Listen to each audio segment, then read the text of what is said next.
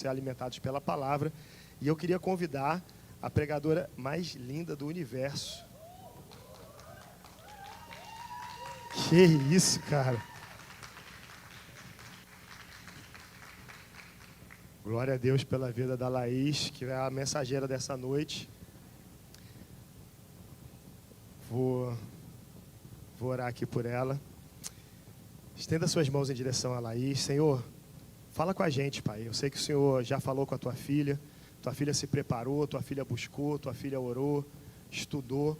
E aqui ela está, Pai, diante do desafio que foi aceito diante do Senhor. Usa ela com autoridade nessa hora.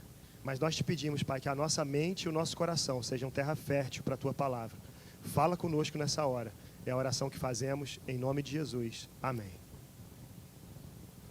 Glória a Deus. Vocês estão bem? Todo mundo feliz de estar aqui? Eu também estou muito feliz de estar aqui. Muito temor e tremor diante do Senhor, de poder estar trazendo, ministrando a palavra nessa noite. E principalmente após algo muito especial que a gente viveu mais ou menos uma semana atrás. Quem aqui lembra o que a gente viveu semana passada? Que, gente? CDR. Quem está aqui que estava no CDR? Glória a Deus. Entre acampantes e equipe de trabalho, a gente tem uma galera que estava aqui, né? E geralmente, depois do CDR, antes do CDR, a gente sofre aí muitas batalhas, muitas coisas acontecem, tudo, sabe aquela coisa? O Satanás, ele vem muito furioso para tentar tirar a gente do foco, mas isso também acontece igualmente pós-CDR, né? E aí eu fiquei pensando, ainda muito impactada por tudo que a gente viveu aqui naquele final de semana passada. Já acontece, o tempo está passando tão rápido, né, gente, que a gente vai se perdendo no meio das coisas e, enfim. Eu ainda muito impactada por tudo que a gente viveu aqui, especialmente no domingo, onde a gente tem... Quem é que não fez o CDR ainda? Tem alguém aqui que ainda não fez CDR? Hã?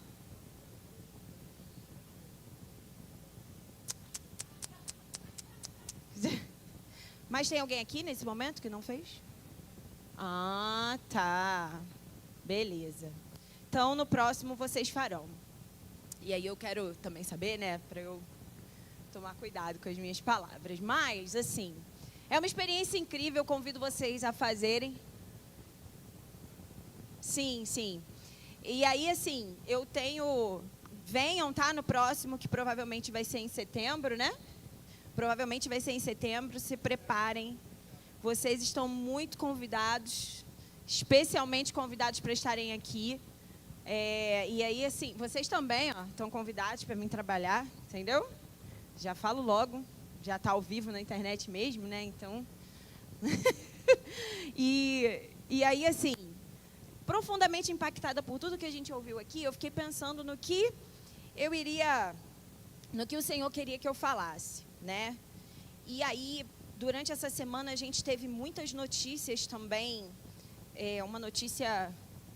várias notícias eu vi essa semana, não sei se é porque, como eu sou psicóloga, e eu acabo vendo muitas coisas sobre isso na internet, eu vi muitas vezes casos de suicídio na internet essa semana. Inclusive de uma menina próxima a alguns daqui, porque eu vi que alguns postaram, né? E de uma menina bem jovem que tirou a própria vida. E isso sempre mexe muito comigo. Muito, muito, muito, muito, muito, muito mesmo. Porque isso tem crescido cada vez mais, né? Entre os jovens e adolescentes. Não só a questão do autoextermínio, mas também a questão da autolesão, né? Com cortes e você mesmo se machucar. E aí até emocionalmente, sabe? A gente tem visto muitas autolesões emocionais. Pessoas que procuram viver situações e sabem que vão se machucar, mas acabam continuando naquilo, e isso me impacta profundamente. Primeiro porque eu vejo muitas pessoas que são filhos de Deus, né? Já confessos, pessoas crentes que têm passado por isso. E aí eu não estou dizendo que se você é crente, você não pode passar por isso, por dores emocionais, porque uma coisa não tem nada a ver com a outra. Não é questão da sua fé, de você já ter aceitado a Jesus ou não. É uma questão que vai além disso, é uma questão de saúde, é uma patologia. Então, o fato de você ser crente não te livra, não te exime de passar por uma depressão, de ter ideação suicida, ou de sentir vontade de se automutilar, sentir vontade de morrer. E isso é bíblico. Eu queria que a gente abrisse a nossa Bíblia aí, primeiramente em 1 Reis 18. A gente vai ver em 1 Reis 18 um momento assim, que é um momento crucial no ministério ali do profeta Elias. Né? Ele vive algo incrível, ele vive algo sobrenatural, ele vive uma batalha e ele vence essa batalha com Jesus. Ele vence, é algo profundo, e a gente vai ler isso nesse momento para a gente poder relembrar. 1 Reis 18, a partir do versículo 16. 1 Reis 18, a partir do versículo 16. Vamos lá. Então Obadias dirigiu-se a Acabe, passou-lhe a informação, e Acabe foi ao encontro de Elias. Quando viu Elias, disse-lhe: é você mesmo, perturbador de Israel? Não tenho perturbado Israel, Elias respondeu, mas você e a família do seu pai têm. Vocês abandonaram os mandamentos do Senhor e seguiram os Baalins. Agora convoque todo o povo de Israel para encontrar-se comigo no Monte Carmelo, e traga os 450 profetas de Baal e os 400 profetas de Azerá, que comem à mesa de Jezabel. Acabe convocou, então, todo Israel e reuniu os profetas no Monte Carmelo. Elias dirigiu-se ao povo e disse: até quando vocês vão oscilar para um lado e para o outro? Se o Senhor é Deus, sigam-nos, mas se Baal é Deus, sigam-no. O povo, porém, nada respondeu. Disse então Elias: eu sou o único que restou dos profetas do Senhor, mas Baal tem 450 profetas. Tragam 2 novilhos, escolham eles um, cortem-no em pedaços e o ponham sobre a lenha, mas não acendam o fogo. Eu prepararei o outro novilho e o colocarei sobre a lenha, e também não acenderei fogo nela. Então vocês invocarão o nome do seu Deus, e eu invocarei o nome do Senhor, o Deus que responder por meio do fogo, esse é Deus. Espera aí, rapidinho, gente, só uma pausa. Cadê o Arthur? Blém, blém, blém, blém, blém, blém. Só uma pausa. Vamos lá, 25. Elias disse aos profetas de Baal: escolham um dos novilhos e preparem-no. Clamem pelo nome do seu Deus, mas não acendam o fogo. Então pegaram o novilho que lhes foi dado e o prepararam. E clamaram pelo nome de Baal desde a manhã até o meio-dia.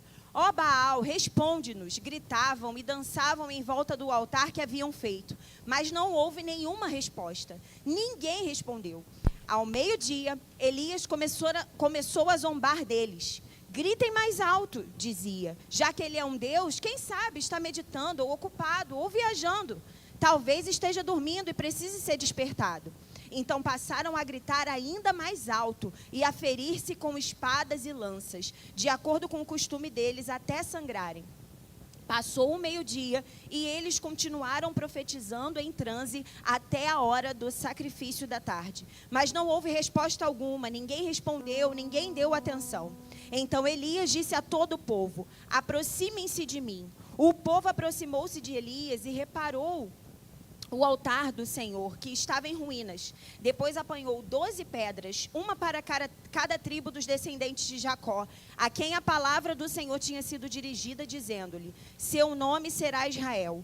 Com as pedras, construiu um altar em honra ao nome do Senhor e cavou ao redor do altar uma valeta na qual poderiam ser semeadas 2 medidas de sementes. Depois arrumou a lenha, cortou o novilho em pedaços e o pôs sobre a lenha. Então lhes disse: encham de água encham de água 4 jarras grandes e derramem sobre o holocausto e sobre a lenha. Façam-no novamente, disse a eles, e fizeram de novo.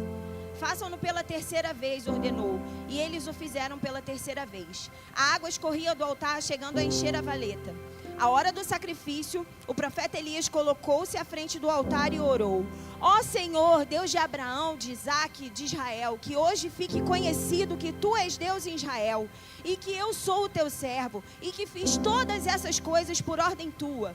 Responde-me, ó Senhor, responde-me, para que este povo saiba que Tu, ó Senhor, és Deus, e que fazes o coração deles voltar para Ti. Então o fogo do Senhor caiu e queimou completamente o holocausto, lenha, as pedras e o chão, e também secou totalmente a água da valeta. Quando o povo viu isso, todos caíram prostrados e gritaram: O Senhor é Deus! O Senhor é Deus! Então ordenou Elias: prendam os profetas de Baal e não deixem nenhum escapar. E aí, gente, vou parar por aqui, mas havia acontecido ali uma batalha espiritual, né? Uma batalha espiritual e física ao mesmo tempo. E o profeta Elias, ele era um profeta muito ousado, muito ousado. Eu lendo aqui esse texto, talvez eu não tivesse coragem de fazer o que Elias fez. Elias juntou todos os profetas de Baal. Baal era um deus pagão, para quem não sabe, que era adorado ali naquele tempo. Ele juntou esses profetas e ele foi desafiar essa galera no Monte Carmelo. Ele era um único profeta. E ele juntou esses 450 profetas e eles viveram ali um dia inteiro de batalha. E o Senhor, para uma surpresa de 0 pessoas, o Senhor venceu. Aleluia. Glória a Deus. Vocês estão comigo, gente? Vocês estão vivos? O Senhor venceu. O Senhor venceu. E as pessoas, todas as pessoas viram que Deus, só existe um único Deus, que o Senhor é Deus.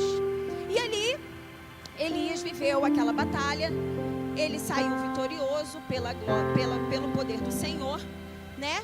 E logo após isso acontecer, e aí a relação com que a gente viveu no final de semana passado e agora, eu quero que a gente comece a fazer um link aqui na nossa mente, né? Sobre essa história, trazendo ali uma analogia de uma batalha espiritual que nós vivemos na semana passada e nós vencemos para a glória de Deus, amém? Muitos aqui travaram batalhas, aqui nesse altar mesmo, aqui na frente, travaram batalhas que estão sendo vencidas dia após dia, amém? A gente entende que as batalhas que a gente enfrenta, a gente vai lutando e vai vencendo dia após dia. Quando você confessa um pecado e faz uma aliança com o Senhor, você precisa lutar contra isso diariamente. Amém? Você precisa lutar contra isso diariamente, dia após dia. Acordar ciente de que mais uma vez você precisa travar aquela batalha. É por isso que a gente não pode viver de evento em evento, CDR em CDR, dentro e fora em dentro e fora. A gente precisa travar uma batalha todos os dias, né? E nós costumamos não fazer isso. Nós costumamos viver aquele tempo ali e deixar isso passar, né? Só esse ano a gente já viveu algumas coisas marcantes. A gente já viveu muitas coisas incríveis. Nós estivemos na escola dentro e fora. Quem aqui estava na escola dentro e fora? Amém. E nós vivemos coisas incríveis. Eu ainda me lembro da gente lá em cima, evangelizando, lá no palco, no meio do carnaval. Gente, isso foi incrível. Mas eu ainda me pergunto o porquê que nós desanimamos e não continuamos evangelizando. E aí eu falo por mim, tá? Também. Primeiro estou falando por mim. Será que a gente precisa de um evento? Será que a gente só vai fazer quando a gente estiver aqui com esse propósito específico? Ou a nossa vida inteira é o cumprimento desse propósito? Ou será que Deus te chamou para evangelizar só na escola dentro e fora? Ou será que Deus te chamou para você guerrear só no CDR? Para você se consagrar só no CDR? A gente orou ali todos os dias que antecederam o CDR, nos reunimos no mesmo horário para orar. E por que não fazemos isso diariamente? E por que não continuamos nos consagrando diariamente? Por quê? Será que a gente precisa de uma batalha iminente para continuar cumprindo aquilo que nós fizemos de aliança com o Senhor? Será? Será? Será que a gente precisa disso? Sempre de um propósito específico? É claro que a gente precisa ser intencional, mas a gente não pode ser, sei lá, levado somente por coisas que vão estar acontecendo ali e depois passou. Você não pode vir aqui fazer uma aliança com o Senhor e na segunda-feira você está cometendo aquele pecado que você confessou sem nenhuma vergonha, sem nenhum arrependimento. Não faz sentido, gente. É mentira, é hipocrisia, é falsidade. Então a gente vê aí muitas pessoas que hoje, e aí eu fico pensando e me perguntando, como uma estudiosa aí do comportamento humano, né? Como alguém que gosta de observar essas questões psicológicas, e a gente está vivendo uma geração, a geração de vocês, a nossa geração, está vivendo algo muito difícil, está vivendo algo muito superficial. Nós estamos muito superficiais. A gente não tem profundidade em nada. A gente vive algo e depois acabou. A gente chora aqui e acabou. Nós somos emocionados, no mau sentido da palavra. Não no bom sentido, porque é bom você expressar as suas emoções. Você não precisa reprimir as suas emoções. Mas eu vejo hoje pessoas que vêm aqui, choram, se derramam, culto após culto, domingo após domingo, GE após GE, e continuam fazendo as mesmas coisas e não alcançam nenhuma profundidade com o Senhor. E talvez seja por isso que você não tem conseguido vencer as suas batalhas diariamente, porque não existe profundidade. Não existe profundidade. Nós somos medrosos e tá tudo bem sentir medo. Isso é um parênteses que eu estou fazendo aqui, né? O Espírito Santo vai falando e a gente vai trazendo. Mas, enfim, voltando aqui. No capítulo 19 de 1 Reis, a gente vai ver que Elias, o profeta Elias, ele fugiu. Ele fugiu para Horebe. Porque Acabe tinha contado a Jezabel tudo o que Elias tinha feito e como ele havia matado todos aqueles profetas. Então Jezabel jurou ele de morte e ele sentiu medo. Toda aquela coragem foi embora. Toda aquela coragem de Elias foi embora e ele foi se esconder. E é isso que eu e você fazemos muitas vezes. A gente volta para esse lugar sombrio, para esse lugar escuro, para esse lugar que é o lugar dos nossos problemas e dos nossos transtornos e dos nossos traumas. E é por isso que a gente vai lá e acaba sentindo vontade de morrer de novo, acaba sentindo vontade de se cortar de novo, acaba procurando aquela pessoa que só se fere de novo, só te fere de novo, aquela pessoa que não te ama, aquele cara ou aquela garota que não querem você de verdade, mas você vai lá e procura de novo, porque você quer algo momentâneo, você acaba se machucando, porque não existe profundidade. Eu não estou dizendo aqui que o profeta Elias não era um cara profundo. Quem sou eu? Eu não sei, eu não sou nem 0,5% do que ele era, eu não tenho nem 0,5% da ousadia que ele tinha, mas o que eu quero dizer aqui é que a gente precisa nos posicionar diferente. Nós precisamos nos posicionar de forma diferente diante das lutas que se apresentam para nós. Se nós quisermos ser saudáveis, Se nós quisermos amadurecer emocionalmente, se nós quisermos conseguir vencer as nossas batalhas emocionais e as nossas batalhas espirituais, porque está tudo ligado, está tudo ligado. Eu não vou dizer para vocês, eu sou psicóloga, e eu não vou dizer para vocês que depressão é do diabo, que depressão é falta de fé. Mas eu vou dizer para vocês que Satanás se aproveita sim da brecha que ele encontra na sua mente para querer te influenciar a se matar, para querer te influenciar a se cortar, para querer te influenciar a se sentir menor, a se isolar. Satanás se aproveita totalmente disso. E eu gostaria, gente, que vocês estivessem em oração nesse momento, não conversassem, não, sei lá, dormissem. Eu gostaria que vocês prestassem atenção no que o Senhor quer falar nessa noite, amém?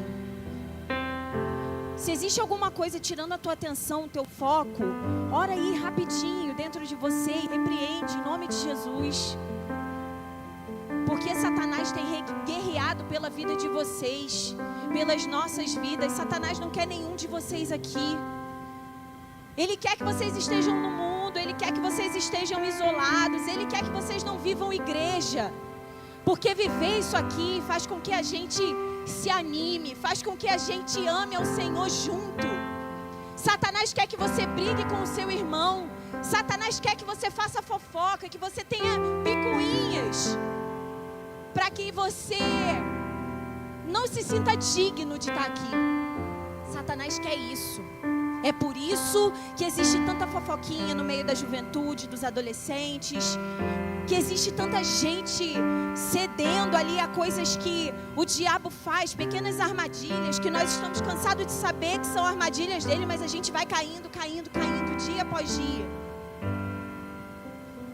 E aí, o que eu vejo hoje nós temos muitas questões emocionais, né? Ansiedade, crises de identidade, uma sensação de vazio, pensamentos de desistir. Foi feita uma pesquisa entre jovens e adolescentes e esses são os sentimentos que mais se apresentam. Sentimentos de ansiedade, humor depressivo, crises de identidade. O que é uma crise de identidade? É você não saber quem você é. Normalmente, a adolescência já causa isso na gente. A gente quer ser de um jeito, depois a gente quer ser de outro. E tá tudo bem, isso passa. Às vezes. Tem gente que vive isso aí até hoje. Mas, amém. O natural é passar. E aí, a gente vive hoje com essa questão da autolesão, uma sensação de vazio muito forte. Uma sensação de vazio muito forte. Isso são dados de pesquisas de adolescentes e jovens cristãos. E pensamentos de desistência. Pessoas que pensam em desistir todo momento. Quem aqui já pensou em desistir? Eu já pensei em desistir. E aí, desistir de quê? Tem várias coisas, né? Tem gente que pensa em desistir da vida, tem gente que pensa em desistir do ministério, tem gente que pensa em desistir de perdoar, tem gente que pensa em desistir de amar, tem gente que pensa em desistir de acreditar na humanidade, de acreditar que Deus vai fazer. Nós desistimos, diariamente nós desistimos. Mas o que me pega muito é essa sensação de vazio. Provavelmente o profeta Elias, ele estava com essa sensação de vazio porque ele pede para morrer. O profeta Elias, aquele cara, pede para morrer. Que legal, isso é bom, não que ele pediu para morrer, mas isso faz com que a gente se identifique com ele, porque ele sentia as mesmas coisas que a gente sente. Não é verdade? Ele pediu ao Senhor: Senhor, me leva, tira minha vida. E isso nada mais é trazido aí para os dias de hoje do que uma ideação suicida. Se a gente for falar aí cientificamente, né, de um sintoma. E o Senhor, olha que legal. O Senhor, Deus é o nosso Pai, gente. Deus é o nosso Pai. Eu não sei qual foi a experiência que você teve com o seu pai terreno. Eu não sei se você não tem uma boa experiência com o seu pai terreno. Pode ser que você não tenha. Pode ser que seu pai seja mó vacilão. Pode ser que você seja carente de pai, você seja carente de afeto. Você olhe outras famílias e pense, caramba, eu queria ter um pai assim. Deixa eu te dizer uma coisa. Deus é o seu pai. Deus é o meu pai. Se te falta um pai aqui nessa terra, Deus é o seu pai. Às vezes é difícil a gente entender isso, porque é difícil olhar para a figura de Deus como a figura de um pai. A gente olha, sei lá, como aquele cara que briga, que castiga, mas não é assim. Deus é pai. E Deus, nessa situação aqui, ele foi pai. Foi um pai para Elias, ele acolheu Elias. No versículo 4, vai dizer assim: entrou no deserto caminhando um dia, chegou a um pé de giesta, sentou-se debaixo dele e orou pedindo a morte. Já tive o bastante, Senhor, tira a minha vida, eu não sou melhor do que os meus antepassados. Depois se deitou debaixo da árvore e dormiu. Ele estava cansado, ele estava exausto, ele estava cansado emocionalmente, ele estava cansado. E ele pediu a morte e dormiu. E Deus poderia ter brigado com ele, poderia ter chamado a atenção dele. Mas de repente, um anjo tocou nele e disse: levante-se e coma. Elias olhou ao redor e ali junto à sua cabeça havia um pão assado sobre brasas quentes e um jarro de água. E ele comeu, bebeu e deitou-se de novo. O que Deus trouxe para Elias nesse momento? Quem pode me dizer o que é isso?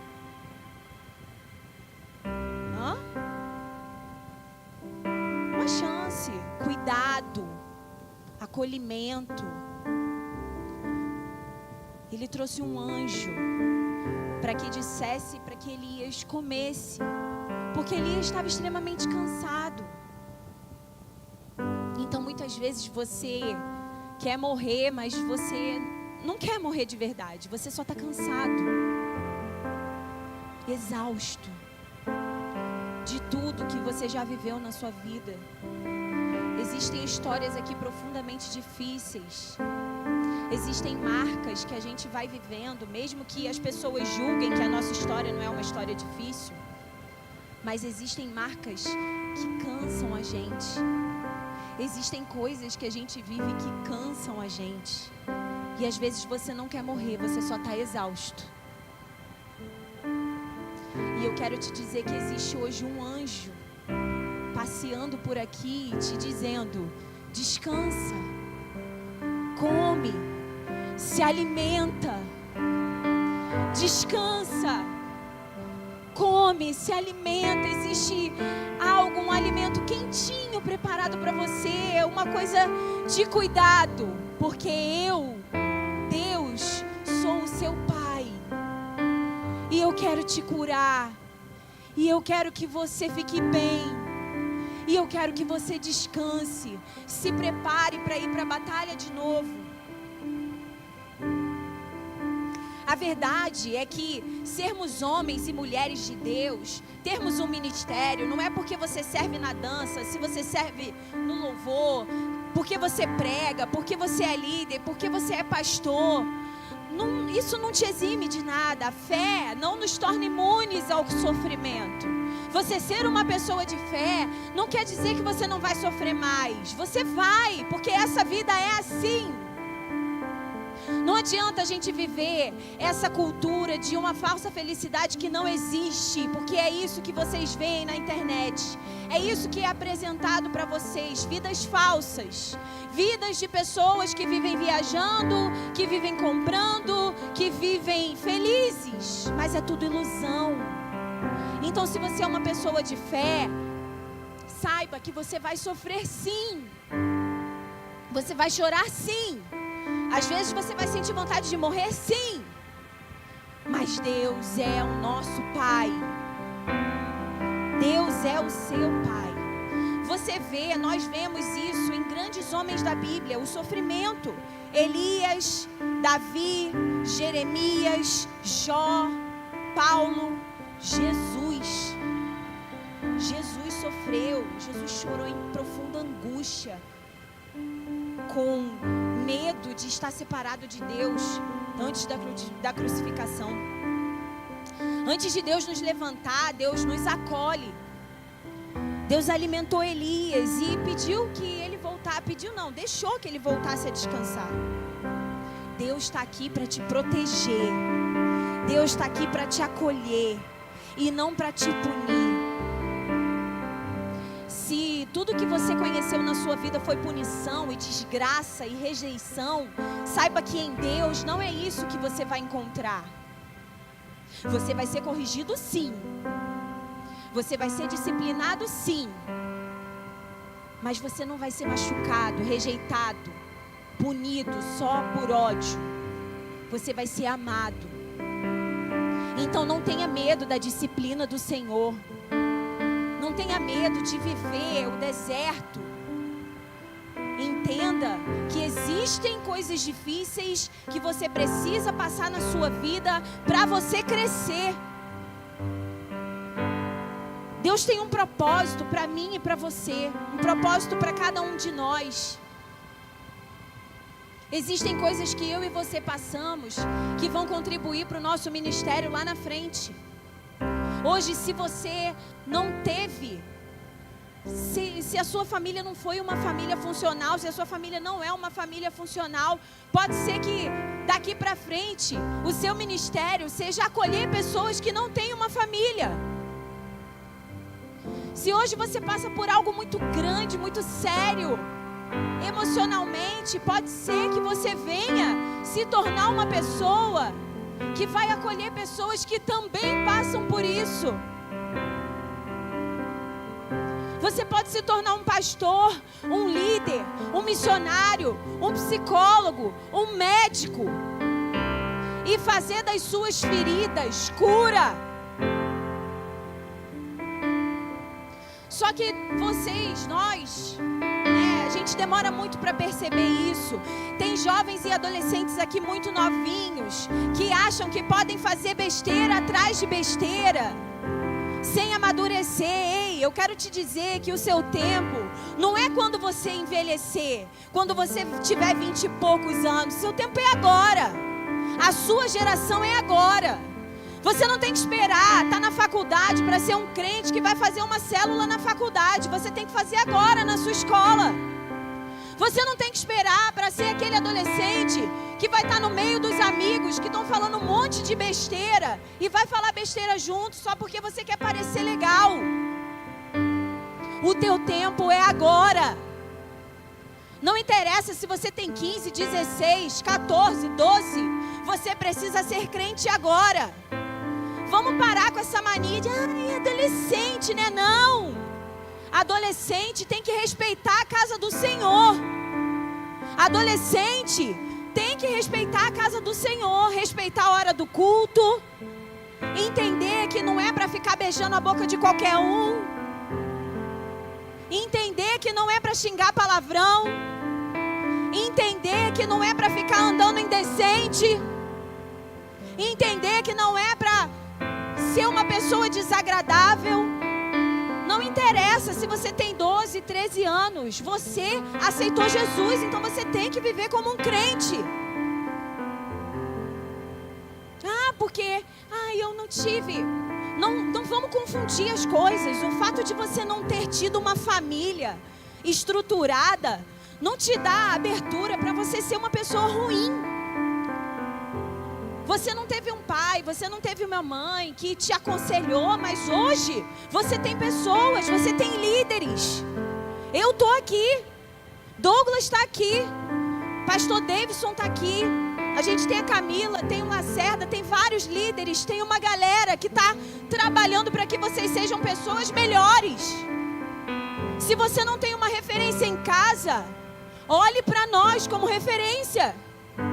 E eu não tenho medo de dizer isso aqui, não. Se você não tem uma referência em casa, olhe para nós como uma referência. Olhe para os seus pastores e líderes como uma referência. Existem pessoas que estão guerreando para que vocês sejam pessoas melhores. Chega dessa desculpinha de que você pode fazer um monte de besteira só porque você é adolescente. Chega, acabou. Você fez uma aliança semana passada com o Senhor. E qual foi o passo prático que você deu para não cometer mais aquele pecado?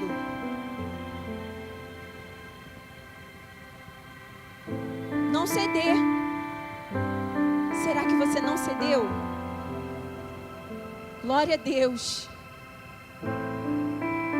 É isso. Eu não vou ceder. Meus filhos, se os maus tentarem te seduzir, não ceda. E isso serve para tudo. Tudo, tudo, tudo, tudo, tudo, tudo. Você acha que é um pecadinho, né? Mas você não pode ceder esse pecadinho. E aí tem o pecadão também. Você não pode ceder. Na hora que você tiver com vontade de pegar uma gilete e se cortar, você não vai ceder. Na hora que você pensar em mandar um nude para aquela pessoa que às vezes nem é seu namorado, ou fazer uma videochamada para fazer algo promíscuo pela internet, você vai falar: eu não vou ceder, porque isso é mal. Na hora que alguém quiser te beijar sem ser teu namorado, sem a intenção de ter um compromisso com você, você não vai ceder. Na hora que alguém te chamar para beber, para se drogar, você precisa falar: não, eu sou de Jesus, eu sirvo a Jesus, eu decidi mudar de vida. Eu ainda sinto vontade, mas eu não vou fazer isso.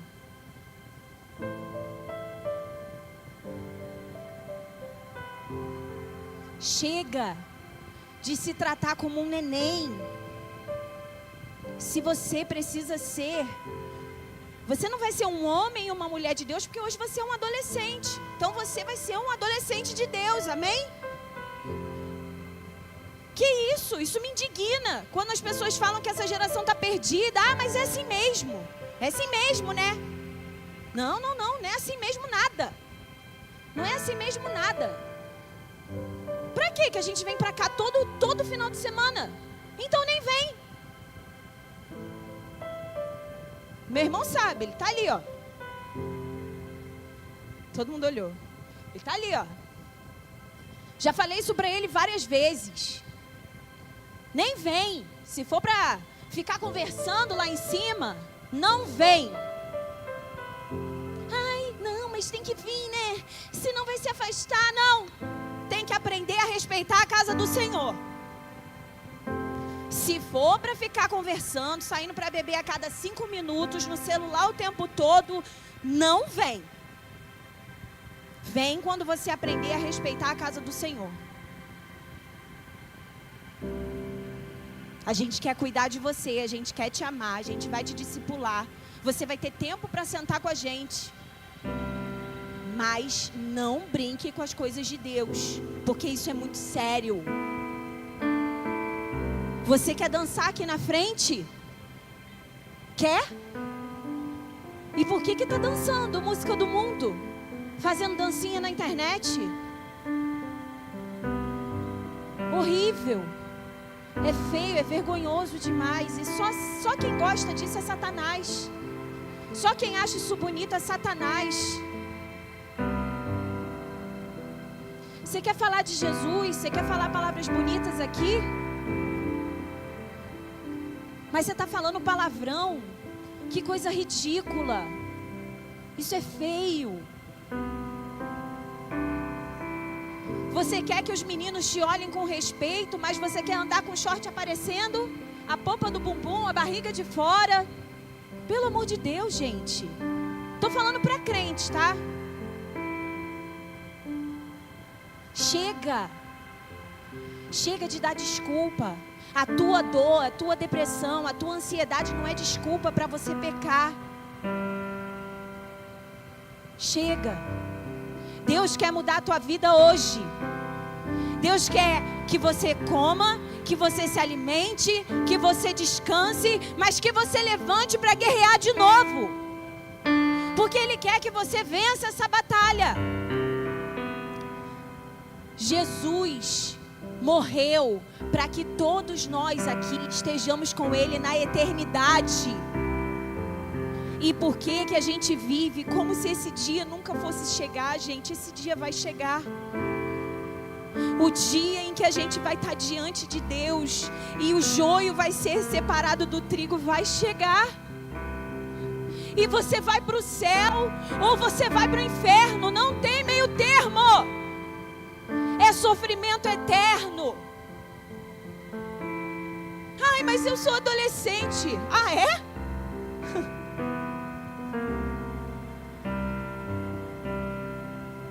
Não existe isso, não tem desculpa. Ai, mas eu sou jovem ainda, eu não tenho nem 30 anos. Eu preciso viver. Isso é viver? Isso é estar morto. Ser escravo da bebida, da pornografia, da masturbação, isso é estar morto. Eu já fui escrava dessas coisas. E te falar, não se compara ao que eu vivo com o Senhor hoje. Eu já fui escrava dessas coisas. Eu era uma adolescente viciada em pornografia e masturbação. Pode ser que tenha gente aqui que não saiba disso. Eu vivi uma vida de promiscuidade quando eu me afastei do Senhor. Mas eu posso te falar uma coisa: não vale a pena. Isso não é liberdade. Isso é prisão. Liberdade é poder dizer não. Eu não quero isso. Liberdade é tocar uma música que vai denegrir a imagem das meninas e das mulheres e você não sentir vontade de dançar. Isso é liberdade. Liberdade é você se sentir bonita e bem vestida, sem precisar mostrar nenhuma parte do seu corpo sexual que vai ali fazer alguém te desejar, porque você está mostrando uma parte do seu corpo. Não. Quem te ama, te acha bonita, independente se você está com a barriga de fora ou com a polpa da bunda de fora ou não. O seu corpo, ele é para o seu futuro esposo. O seu corpo é para a sua futura esposa. E acabou.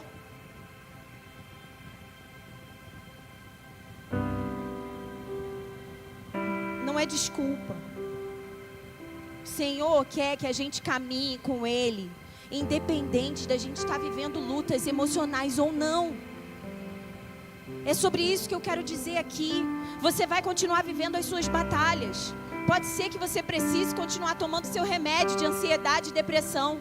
Pode ser que você continue precisando ir ao psiquiatra. Pode ser que você continue precisando ser acompanhado direto. Pode ser que você continue precisando fugir daquele teu pecado a vida inteira. Mas isso não quer dizer que você não precisa evoluir na sua vida espiritual. Porque uma coisa não tem nada a ver com a outra. Ou vocês acham que quando a gente decide viver o nosso chamado, a gente não peca mais? Esquece. Vocês acham que quando o apóstolo Paulo fala do espinho da carne dele, vocês acham que ele não sofria com isso? Era luta diária. Mas ele foi um dos maiores evangelistas do tempo dele.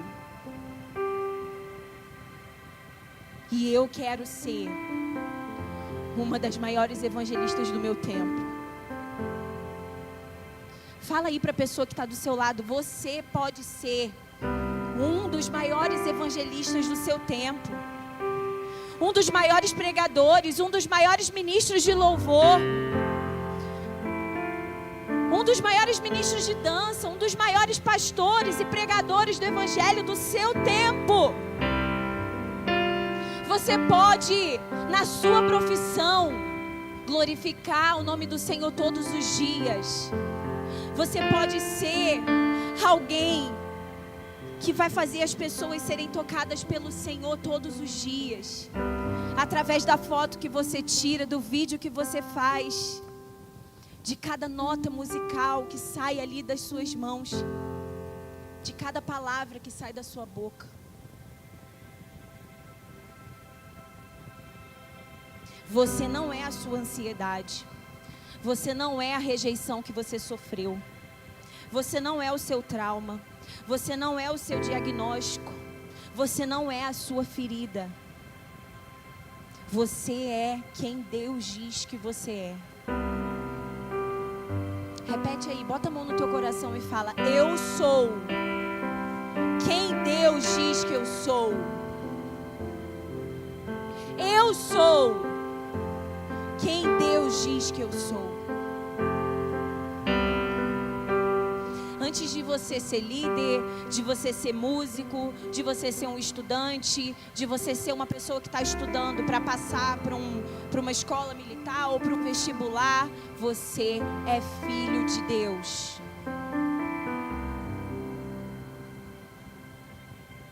E você precisa ter as características do seu pai. Se você olhar para o Pedrinho, o Pedro ali, Pedro Brito, você sabe que ele é filho do pai e da mãe dele, porque eles têm assim a mesma cara ali, né? Você sabe, é um fato. Se você olhar para ele, para a mãe dele, você sabe que ele é filho da mãe dele, que ele parece pra caramba com a mãe dele. Bom, eu acho. Se você olhar a Fraga, tu sabe que ela é filha da mãe dela, parece pra caramba. E você? E eu? Se olharem pra gente, sabem que a gente é filho de Deus? Sabem? Você tem as características do seu pai? Pai do céu. Não é o seu pai que você não se dá bem.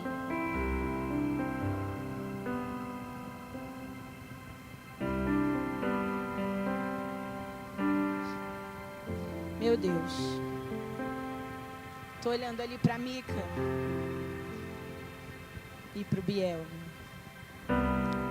E se você olhar para eles, você sabe que eles são filhos do pai deles.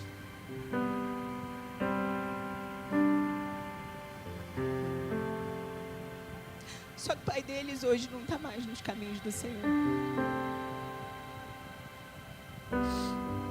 Só que eu quero dizer para vocês que vocês são filhos de Deus antes de ser filho de qualquer pessoa.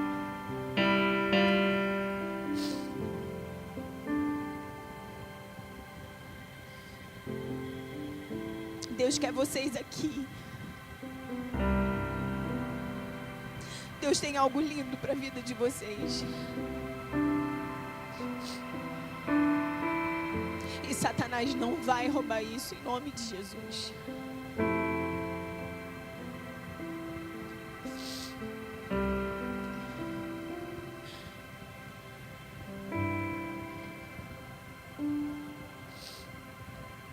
Elias chegou no deserto querendo morrer, mas ele saiu do encontro com Deus pronto para viver novamente, porque ele descobriu que ele não estava sozinho. Então você não está sozinho. Eu não sei quão grande tem sido a tua luta interna aí para viver com o Senhor todos os dias, para não sucumbir à tua ansiedade, à tua depressão, ou a qualquer luta que você trava, aos teus vícios. Mas você não está sozinho. A dor que você sente pode até levar você para dentro dessa caverna aí que Elias foi. para dentro desse lugar que ele queria ficar sozinho e pedir a Deus para morrer. Mas a voz de Deus, que é o meu e o seu Pai, querem te levar de volta para o teu propósito de vida. Você tem um propósito. E não é porque você tem 12, 13, 14, 15, que você não precisa caminhar em direção desse propósito. O louvor pode vir para cá. E existe acolhimento nos braços do Senhor. Existe uma identidade que Deus criou para você. Existe um propósito para a tua vida. A sua dor é vista, mas você não pode parar por causa dela. Deus quer cuidar de você. Deus quer que você continue, mesmo enquanto você está ali limpando as suas feridas. Deus quer que você continue. A palavra do Senhor vai dizer que perto está o Senhor dos que têm o coração quebrantado.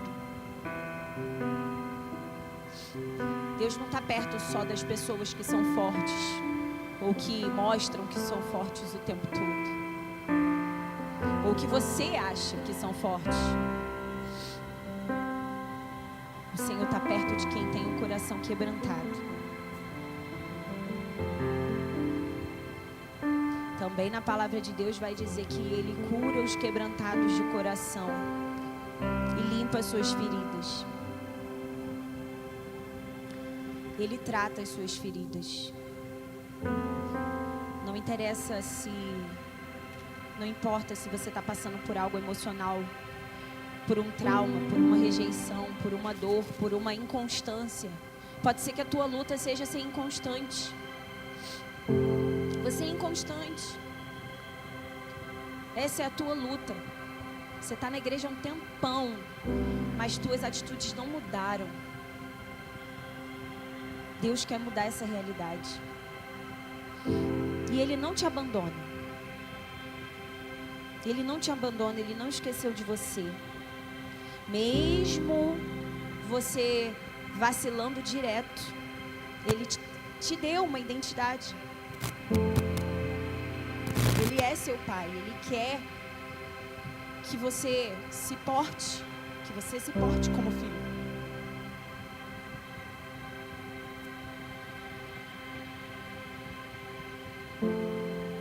E Ele nos adotou, a gente canta, né?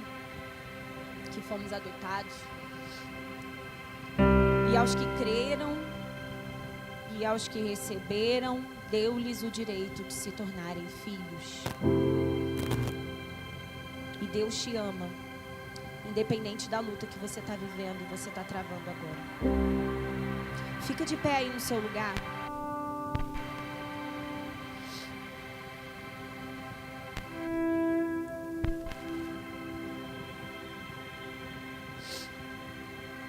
Fica de pé aí no seu lugar e fecha os seus olhos.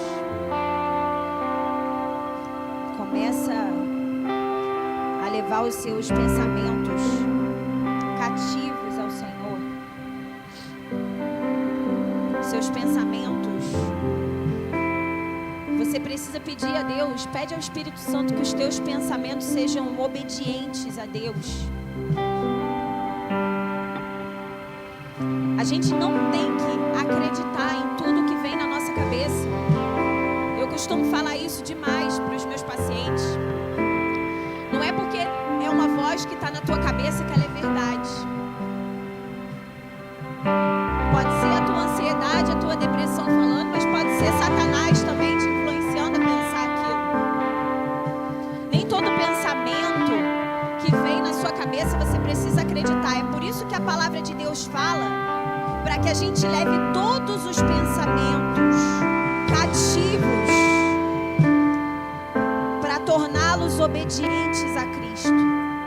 É você quem manda na sua mente.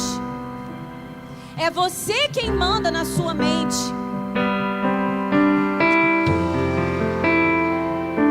Levar os seus pensamentos cativos para que eles se tornem obedientes a Deus.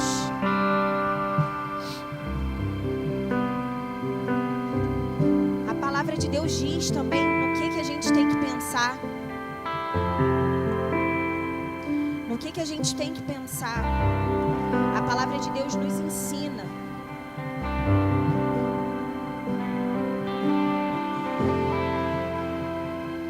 A gente precisa pensar no que for puro. Lá em Filipenses 4:8 vai dizer: finalmente, irmãos, tudo que for verdadeiro, tudo que for nobre, tudo que for correto, tudo que for puro, tudo que for amável, tudo que houver de digno de louvor, pense nessas coisas. Ponham em prática tudo o que vocês aprenderam, receberam e ouviram, e o Deus da paz estará com vocês. Então, se você está pensando em alguma coisa que não é amável, que não é bom, que não é digno, que não é puro, você precisa repreender esse pensamento. Que o Senhor repreenda agora todos os pensamentos que não forem pensamentos de Deus. Senhor, cala agora a voz de Satanás na cabeça dos teus filhos aqui. Satanás, você não tem poder sobre as nossas mentes.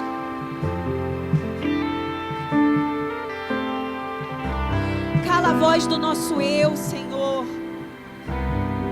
E que somente a voz do Teu Espírito Santo ecoe na nossa cabeça, na nossa mente, no nosso coração agora. Vai falando, Senhor Jesus, aos Teus filhos.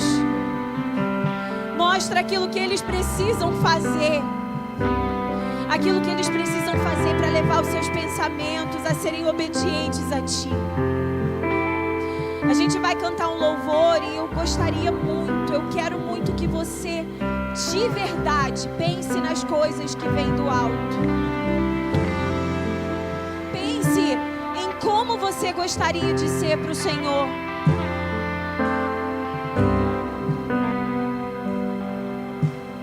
Peça a Deus que te torne essa pessoa. Louvar o Senhor.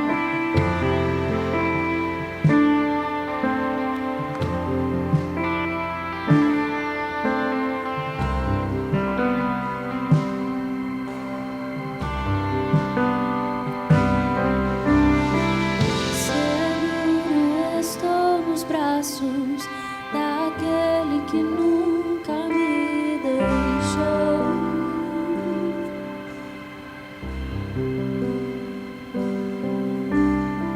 Seu amor perfeito sempre esteve repousando em mim.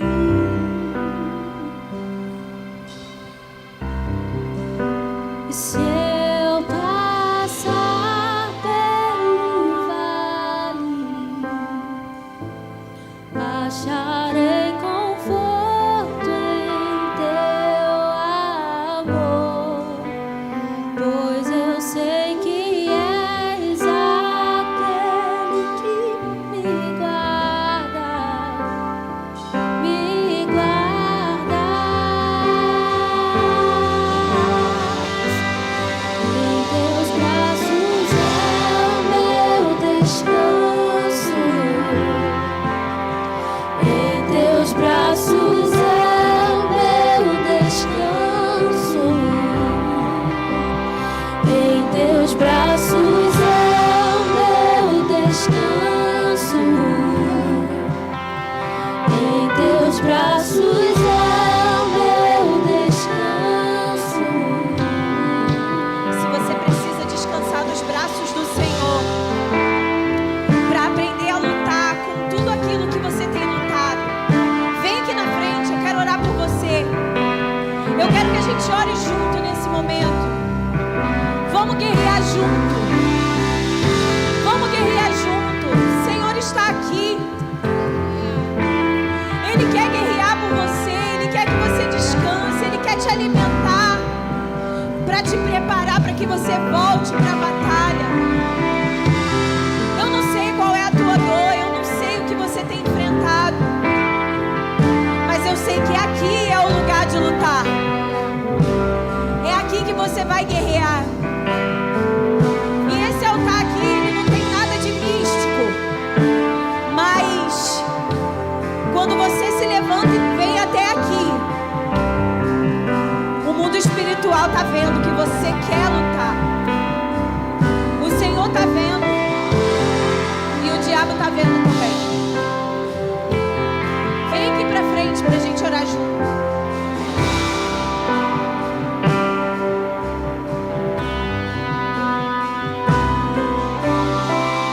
Seguro estou nos braços daquele que nunca me deixou.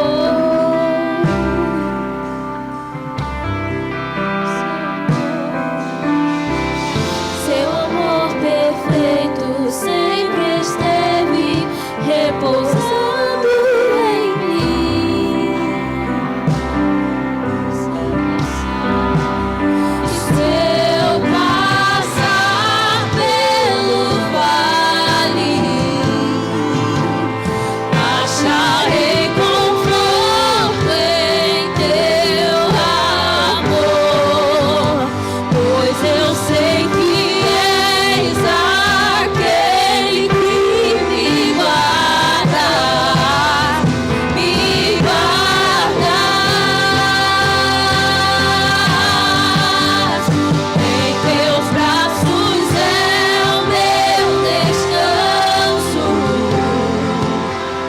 Em teus braços é o meu descanso. Se você pode interceder por alguém, Em teus braços é o meu descanso.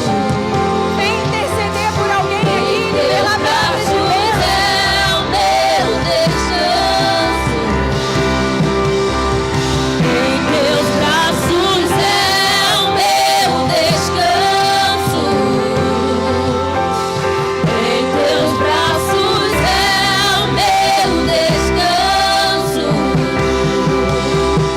Em teus braços é o meu descanso.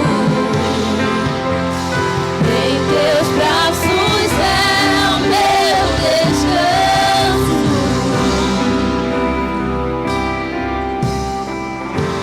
Recai em tua graça.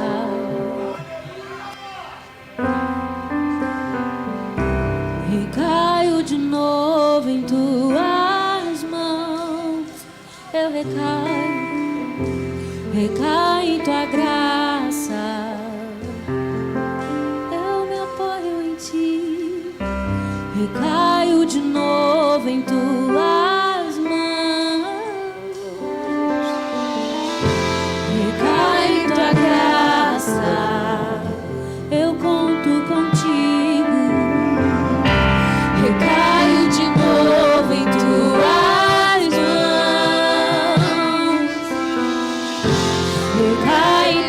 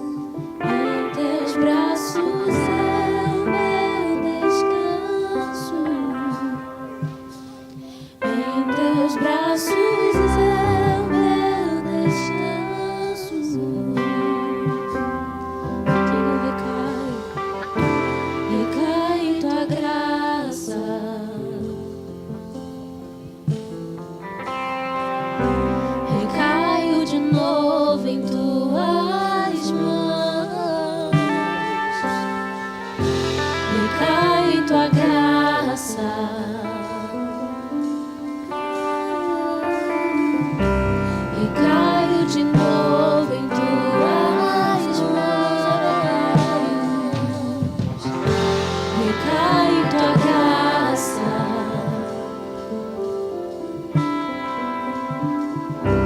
recaio de novo em tuas mãos. Recai em tua graça,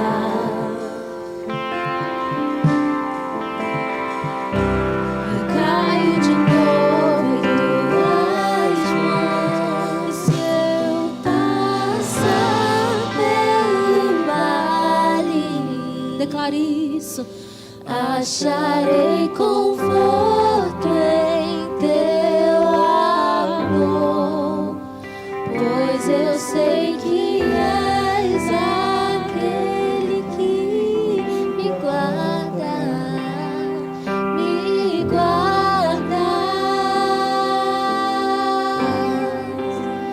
Se eu passar pelo vale, acharei conforto em teu amor, pois eu sei que és aquele que me guarda, me guarda. E se eu passar pelo vale, acharei conforto em teu amor, pois eu sei que és aquele que me guarda, me guarda. E se eu passar pelo vale, acharei conforto em teu amor, pois eu sei que és aquele que me guarda, me guarda. Em teus braços é o meu descanso. Em teus braços é o meu descanso. Em teus braços é o meu descanso. Em teus braços é o meu descanso. Senhor Jesus, nós estamos aqui, Deus, diante da tua bondade, diante do teu amor.